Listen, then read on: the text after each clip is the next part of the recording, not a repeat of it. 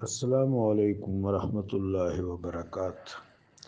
امیر المؤمنین سیدنا علی کرم اللہ تعالی وجہ الکریم کا قول کہیں پڑھا تھا، اس وقت منابع ذہن میں نہیں آ رہے، لیکن آپ دوبارہ ریمائنڈ کرائیں، منابع مجھے یاد آ جائیں گے۔ اغلباً یہ قول نہج البلاغہ کی جو شرح ابن ابی الحدید المعتزلی نے کی ہے، اس میں یہ قول ہے کہ آن جناب نے فرمایا کہ قرآن عظیم کی ہر آیت اور ہر مصدر کے 70 پرت ہیں، 70 طبق ہیں، 70 پرت۔ اہل علم نے لکھا ہے کہ ایک طبق 400 سال پر مشتمل ہوتا ہے۔ تو اللہ تبارک و تعالی ہر پرت اور ہر طبق میں اس معنی کو کھولے گا، اس کے لیے رجال پیدا ہوں گے، رجال فن پیدا ہوں گے بفضل تعالی، جو اس کو کھولیں گے۔ اب میں ایک مثال آپ سے عرض کر رہا ہوں کہ امام ابو حنیفہ رحمہ اللہ تعالی نے ایک دفعہ اپنے استاد سے سوال پوچھا کہ جس چیونٹی، یہ مفتی عزیز الرحمن صاحب ایک عالم ہیں، انہوں نے یہ بات، کتاب کا ٹائٹل غالباً امام اعظم ہے، اس میں یہ واقعہ لکھا ہے، کسی اردو کتاب میں میں نے پڑھا تھا، پھر میں نے اس کا اتنا تتبع تو نہیں کیا کہ مرجع دیکھ لوں، لیکن یہ قول ان کے فضائل میں مفتی صاحب نے لکھا تھا کہ حضرت حماد جو ان کے استاد گرامی قدر ہیں، وہ درس دے رہے تھے، تو حضرت امام ابو حنیفہ علیہ الرحمہ نے پوچھا کہ استاد مکرم، جس چیونٹی کی بات پر سلیمان علیہ السلام مسکرائے تھے، وہ نر تھا یا مادہ تھی؟ تو سیدنا حماد کسی فکر میں تھے، ان کو استحضار نہ ہوا اور خاموش ہو گئے۔ تو آن جناب نے فرمایا کہ حضور، آیت کے اندر اس کا جواب موجود ہے، وقالت نملۃ، قالت بھی مؤنث کا صیغہ ہے، نملۃ فعلۃ کے وزن پر ہے، چیونٹی، مادہ چیونٹی، قالت صیغہ بھی مؤنث کا ہے۔ تو کہتے ہیں کہ حضرت حماد نے کہا کہ فرزند، اب آپ اس قابل ہو گئے ہو کہ میرے مسند پر بیٹھ جاؤ۔ یہ بات کہاں تک درست ہے، کہاں تک ثابت ہے؟ لیکن ایک بات ہے کہ قالت کا صیغہ بسا اوقات مذکر کے طور پر استعمال ہوا ہے، اور پھر ہم اپنے اس ایرا میں آتے ہیں، زیادہ فاصلے پر نہیں، کم فاصلے پر ایک ایسے مفسر گزرے ہیں جو ابتدا کے اعتبار سے صحافی تھے، رشید رضا مصری۔ یہ مفتی محمد بن عبدہو کے شاگرد رشید ہیں۔ سید جمال الدین افغانی کے ساتھ بھی ان کا اچھا تعلق تھا رحمہم اللہ، ان سب پر اللہ کی رحمتیں ہوں۔ رشید رضا مصری نے ایک تفسیر لکھی، بالکل ظاہرانہ طرز فکر کے ساتھ لکھی تفسیر، المنار اس کا نام ہے۔ تفسیر مکمل نہیں کر سکے، سنا ہے کہ جب اس آیت پر پہنچے وَأَلْحِقْنِي بِالصَّالِحِينَ، تو اس کے بعد ان کی رحلت ہو گئی۔ اللہ ان کی نیکیاں قبول فرمائے اور فروگزاشت معاف فرمائے۔ انہوں نے لکھا ہے کہ یہ جو مؤنث کا صیغہ ہے، وہ بعض اوقات فورسز کے لیے، توانائیوں کے لیے استعمال ہوتا ہے، تو اس سے توانائیاں بھی مراد ہیں۔ شیخ اکبر بھی اپنے ایک قول میں اس طرف گئے ہیں کہ ملائکہ بھی بڑی توانائیاں ہیں، رحمہم اللہ وعلیہم السلام۔ تو الغرض، قرآن عظیم زمان و مکان میں جتنا تغیر و تبدل ہوتا ہے، اس تغیر و تبدل کو ایڈریس کرنے کے لیے انقلابات زمانہ کو بہت متشفع طریقے سے، متصلح طریقے سے ایڈریس کرنے کے لیے قرآن عظیم کے اندر تمام معنوی امکانات موجود ہیں۔ بس ان معنوی امکانات تک ہماری رسائی ہونی چاہیے۔ لیکن اب مسئلہ یہ ہے کہ ہم ان امکانات کے آگے رکاوٹ کھڑی کر دیتے ہیں۔ آج ایک جگہ میری گفتگو تھی، وہ بچیاں تھیں سب، اور بہت پڑھی لکھی بچیاں ہیں۔ ان میں سے ایک ویل ایجوکیٹڈ بچی نے یہ سوال کیا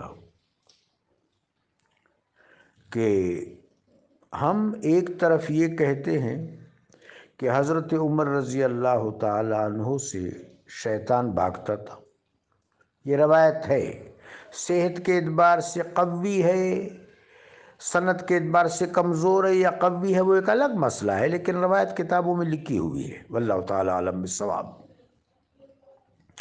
دوسری طرف ہم کہتے ہیں کہ آدم علیہ السلام پر معاذ اللہ شیطان مسلط ہو گیا تھا، یہ بات بھی کہتے ہیں۔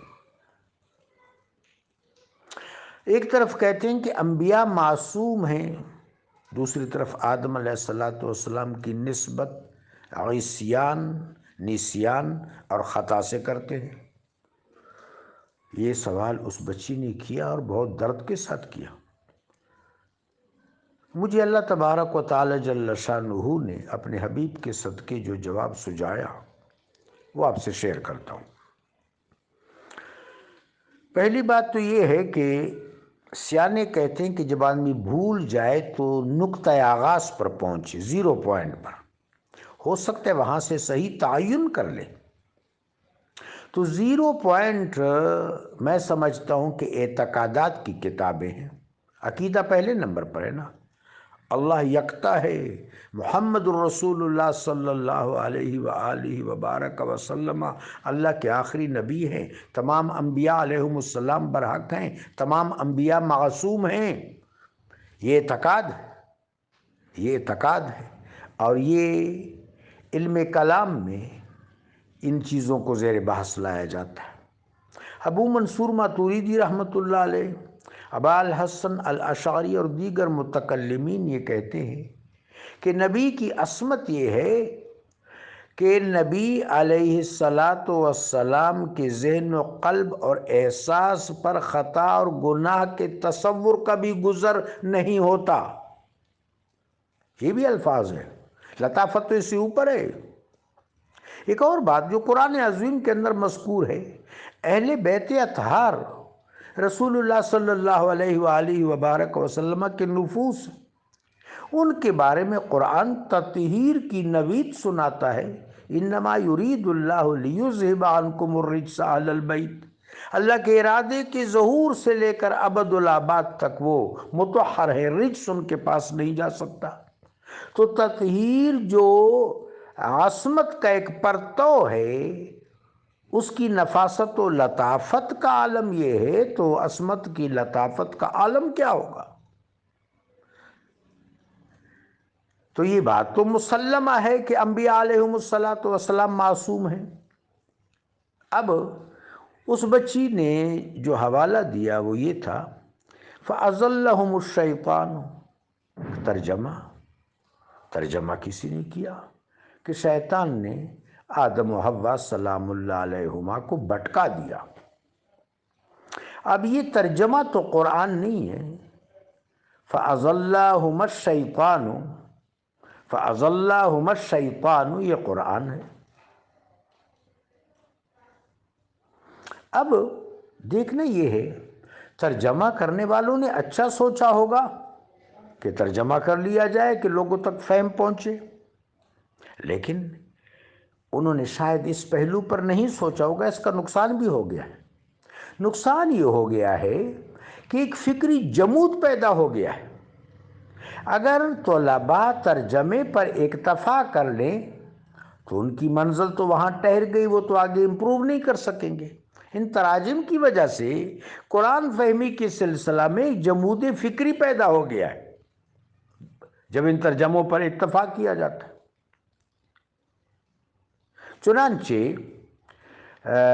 مجھے حکیم الامہ حضرت اقبال کا ایک شعر یاد آتا ہے، اس چیز پر انہوں نے گرفت فرمائی ہے، گو کہ کلندرانہ گرفت ہے، سخت ہے لیکن ہے بجا، از شگر فیہائے آن قرآن فروش، دیدام روح الامیرہ در خروش۔ اور پھر ترجمہ کرتے وقت مصدر کے اندر کتنے امکانات ہیں، معنوی امکانات، ان کو دیکھنا چاہیے۔ فَأَزَلَّهُمَ الشَّيْطَانُ، ذلہ یہ اصل میں زلالہ ہے، زال لام لام، دو لاموں کو جمع کرو، شد میں ان کو پرو دو تو زلہ ہے۔ یہ باب تفعیل سے ثلاثی مجرد کا صیغہ ہے۔ اب بڑی بڑی ڈکشنریوں میں مثلا قاموس العرب ہے، تاج العروس ہے، الموارد ہے، لسان العرب ہے، بہت ڈکشنری ہیں، وہاں دیکھ لیا جائے، ادب عرب میں دیکھ لیا جائے کہ زلہ کا لفظ جو ہے کتنے معنی رکھتا ہے۔ زلہ میں دشمنی کرنے، مخاصمت کرنے، عداوت کرنے، حسد کرنے کے معنی موجود ہے۔ تو ایسا مطلب اور ایسا ترجمہ بھی تو اٹھایا جا سکتا ہے جو انبیاء علیہ السلام سیدنا آدم خلیفۃ اللہ علیہ السلام کے شان کے مطابق ہے۔ یعنی یہ ترجمہ بھی تو ہو سکتا ہے کہ شیطان نے ان کے ساتھ سخت عداوت کی، شیطان نے ان کے ساتھ بہت حسد کیا، شیطان نے ان کے ساتھ سخت مخاصمت کی۔ لغت میں ایسے امکانات موجود ہیں۔ تو ان تمام امکانات کو دیکھتے ہوئے وہ ترادف، وہ ترجمہ اختیار کرنا کہ قرآن عظیم کا مفہوم بھی کسی حد تک پہنچ جائے اور انبیاء علیہ السلام کے عصمت کا حق بھی ادا ہو جائے۔ تو صحیح طریقہ یہ ہے کہ طالب علم کے سامنے ایسا دسترخوان بچایا جائے کہ وہ اس کو اپنی ضرورت سمجھے کہ میں صرف و نحو کو، ادب عرب کو، مصدری امکانات کو اچھی طرح جان لوں، اور پھر مجھے قرآن عظیم سے ہدایت اخذ کرنے میں کوئی چیز، کوئی امر مانے نہ ہو۔ اور اس سے آگے بھی ایک بات ہے، قرآن پاک محکمات کی بات کرتا ہے، متشابہات کی بات کرتا ہے۔ متشابہات میں از خود یہ مطلب موجود ہے کہ جہاں طالب علم رک جائے، جہاں ڈھونڈنے والا کسی کنفیوژن کا شکار ہو، تو پھر وہاں خود نہ سوچے، اس سے پہلے جو بڑے بزرگ اور مشاہیر اسلام ہیں ان کی طرف رجوع کرے، اہل قلب کی طرف، اہل فقہ کی طرف اور اہل فہم کی طرف، اہل استدراک کی طرف رجوع کرے۔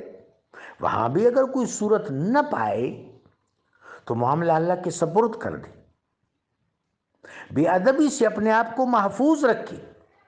خاموش رہنے سے آخرت محفوظ ہوتی ہے، اور غیر مؤدبانہ استبصار و اظہار کرنے سے آخرت کا نقصان واقع ہو سکتا ہے۔ تو گزارش یہ ہے کہ قرآن عظیم میں ہر دور، ہر تغیر، ہر تبدل، ہر عصر، ہر پرت، ہر طبق کے لیے متشفع و متصلح جواب موجود ہے۔ خدا کریم ملت اسلام میں ایسے باصلاحیت لوگ پیدا فرمائے کہ جو ان امکانات کو اٹھا سکیں اور نسل نو کے سامنے رکھ سکیں۔ جزاکم اللہ۔